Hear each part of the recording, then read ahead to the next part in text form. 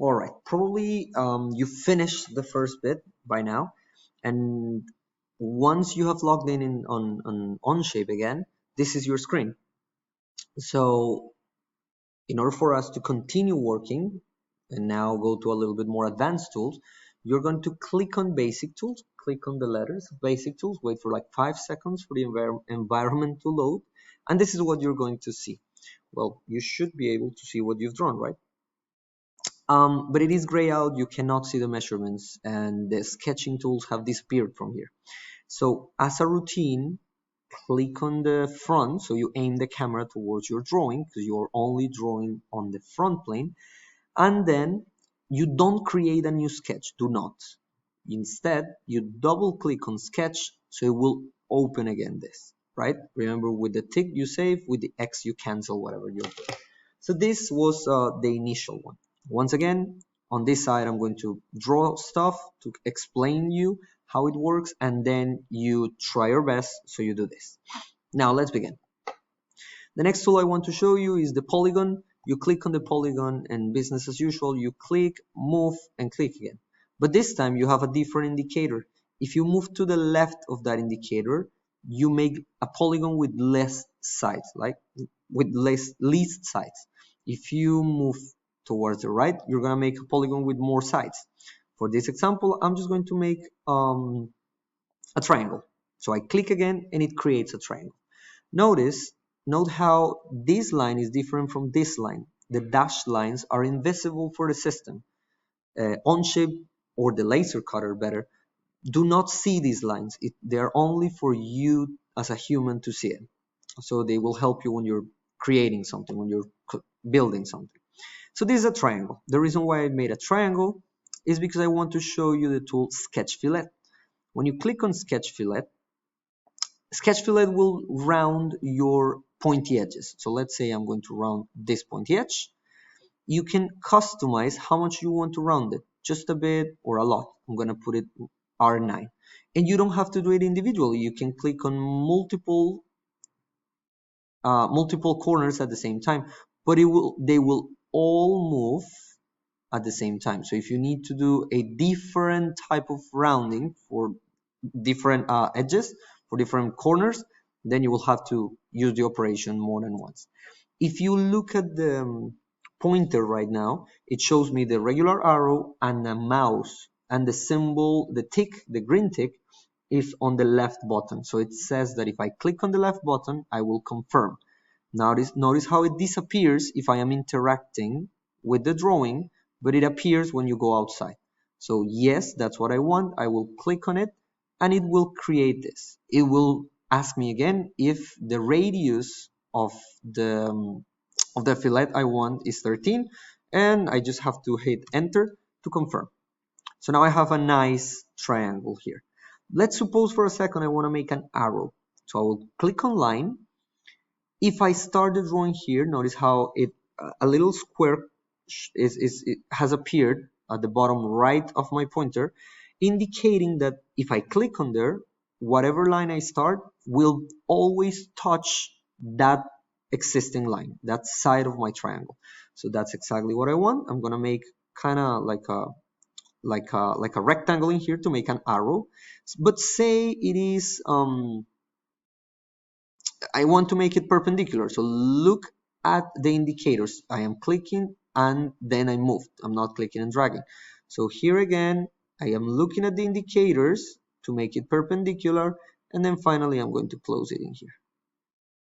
Okay, the line is going to keep on following me, and just like the previous time, this happens. I don't know why, but it happens sometimes. It changes the tool. I don't understand how. When this happens, but I don't need to draw anything else. So I'm just going to hit or press escape in my keyboard, and now I have this. The thing is that now I have two open shapes. I have a rectangle and I have a triangle. Particularly when you're laser engraving, you need to keep everything in one shape. That's the reason why we use the next tool, which is trim. Trim has the icon of scissors. When you click on it, then with the pointer, when you click and drag, a line will be created. And everything you touch with that line will disappear.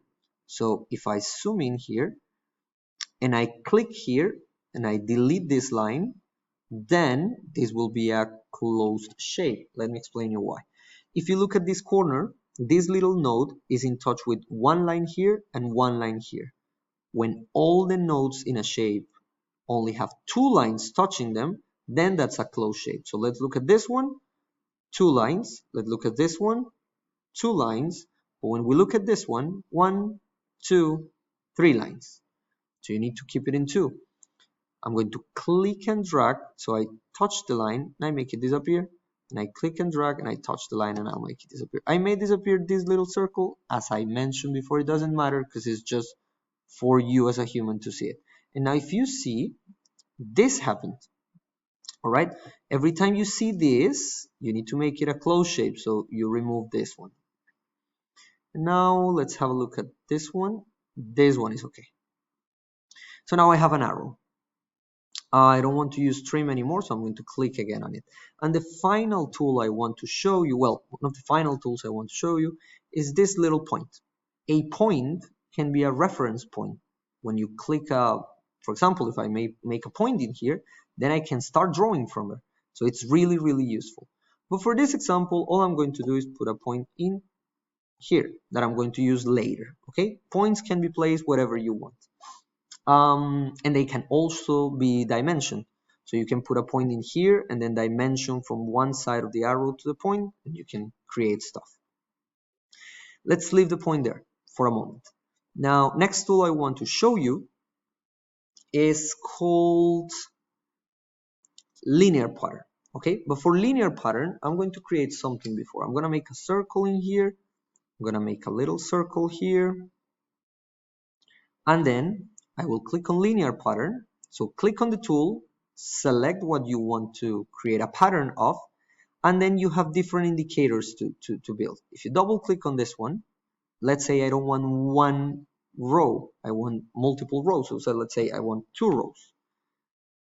Two, and then let's suppose I don't want three copies. I want, so two, then I hit enter. And now I have two rows, but I don't want three copies on this side. Say I want four copies on this side. So I hit enter. And now they seem like a lot. But if you click and drag the arrow and you look at this indicator, it is telling me that the distance from this circle to the center of this circle is 72.